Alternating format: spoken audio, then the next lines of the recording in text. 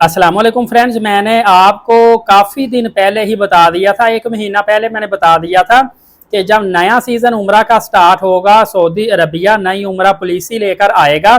लिहाजा मैंने आपको कहा था कि अभी उम्रा बुकिंग मत करवाएं, क्योंकि उम्रा बुकिंग अभी आपने करवा ली, नई पॉलिसी नया सिस्टम आया तो फिर आपके लिए परेशानी बनेगी, आपको पैसे ज़्यादा भी देने पड़ सकते हैं। ये भी हो सकता है कि आप अपनी तरफ से उम्रा पैकेज बुकिंग जो है वो सस्ता करवाएं, लेकिन बाद में आपको वो महंगा पे करना पड़े।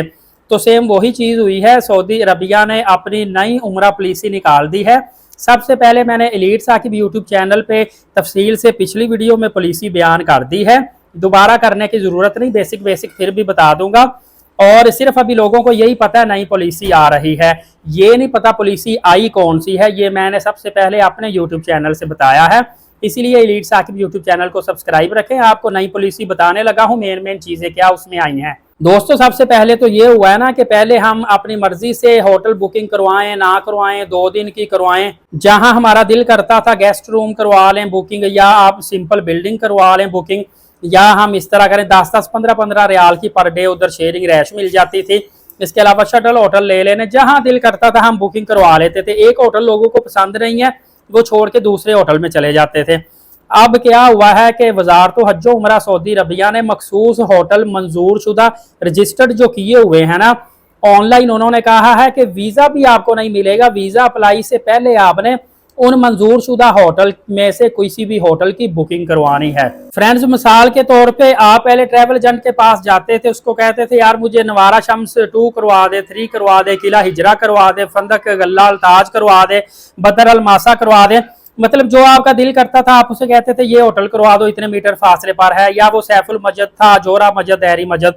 अब क्या हुआ है कि अब मखसूस होटल सऊदी अरबिया की वजारत हज उमरा ने मंजूर कर लिए हैं, उनके अलावा कोई होटल आप नहीं करवा सकते। आप तो समझ लें कि ट्रैवल एजेंट आपके सामने लिस्ट रखेगा, भाई ये होटल रजिस्टर्ड है, इनमें से बताओ कौन सा होटल करवाना है। और यकीन कीजिए कि वो होटल होंगे तो अच्छे लेकिन महंगे होंगे, इसलिए पैकेज थोड़ा सा आपको महंगा मिलेगा।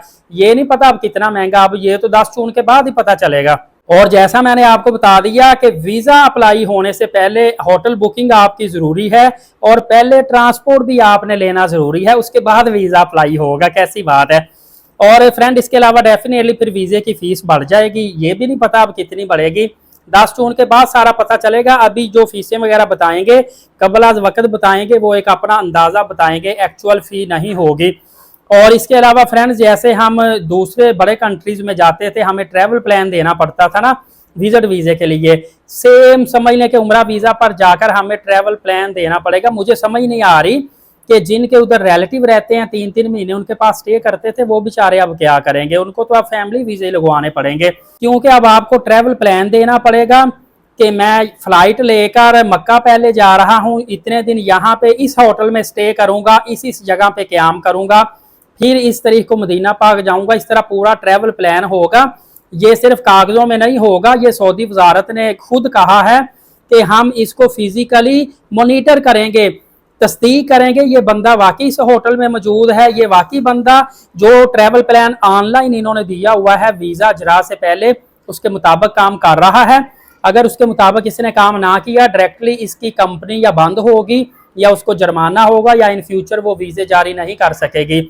और फ्रेंड अगर कंपनी को जुर्माना हुआ तो वो आपके सर पे चढ़ेंगे कि आपने खिलाफ वर्जी की है, लिहाजा आप जुर्माना पे करें। उसकी वजह क्या है कि मेरा एक दोस्त पिछले साल जो है ना उसने ट्रांसपोर्ट नहीं थी ली, जद्दा से वो बाहिर एयरपोर्ट से निकला तो बाहिर जो शुरते वगैरह खड़े होते हैं या हेल्पर खड़े होते हैं, उन्होंने उसका वोचर देखा, उन्होंने उसको एक नैमको गाड़ी में बैठा दिया कि इसमें बैठ जाओ। वो उसमें बैठ गया, जद्दा जाके वो होटल मक्का में जाके वो होटल में उतर गया। तो उतर के सिर्फ वो गाड़ी के ड्राइवर ने क्या किया कि उसका वीजा लेके और पासपोर्ट लेके उसकी पिक्चर ले ली, और 2 दिन बाद ठीक उस बंदे को कंपनी की तरफ से पता चला कि तुमने ट्रांसपोर्ट नहीं थी ली, फिर भी तुम ट्रांसपोर्ट में बैठे हो जो सऊदी अरबिया की ट्रांसपोर्ट थी, लिहाजा तुम्हें 200 रियाल जुर्माना हुआ है, तकरीबन वही कोई 14-15 हज़ार रुपये जुर्माना हो गया था। तो उस बंदे ने कहा भाई मुझे पता ही नहीं था, ना मुझे इस गाड़ी वाले ने बताया, बस उसने बैठा लिया, उतर के उसने पिक्चर ली, तो इसमें मेरी क्या गलती है। तो कंपनी वाला जिसने वीज़ा जारी किया था उसने कहा तुम्हारी गलती है या नहीं है, तुम रॉन्ग गाड़ी में बैठे हो, तुम्हारी वजह से फाइन हमारी कंपनी को आया है, ये तुमने पे करना है। ये आपको मिसाल बताने का मकसद है कि अगर आपने कोई इलीगल वहाँ पे जो होटल मंजूर करवाया उसके बजाय किसी और होटल में चले गए, इधर उधर किसी दोस्त यार के पास चले गए, तो हो सकता है ये भी कि अगर बारी जुर्माना 10,000 20,000 रियाल होता है तो कंपनी आपके खाते से जुर्माना निकाले या आपके खिलाफ एक्शन ले। काफ़ी ज़्यादा मसाइल आने वाले हैं, आपको डरा नहीं रहा, लेकिन जो नई पॉलिसी नए कानून आ रहे हैं उसके मुताबिक मैंने सबसे पहले इसी चैनल से आपको वीडियो बना के बता दिया है। बाकी अब दूसरे चैनल को भी मैं रिक्वेस्ट करता हूं कि आप जो मैंने पॉलिसी बताई है इसको तस्दीक करें, वेरीफाई करें और आप भी लोगों तक रहनुमाई पहुंचाएं ताकि लोगों का भी भला हो, ट्रैवल एजेंटों का भी भला हो। इंशाल्लाह अजीज फर्दर मैं आपको अपडेट देता रहूंगा। एलीट साकिब यूट्यूब चैनल को सब्सक्राइब रखें ताकि तमाम तरह अपडेट्स आपको मिलती रहें। नमाज कायम करें, नबी पाक सल्लल्लाहु अलैहि वसल्लम पे रोजाना कसरत से दुरूद पाक और कुरान मुकद्दस की तिलावत करते रहा करें। इजाज़त दे, शुक्रिया, जज़ाकल्लाह।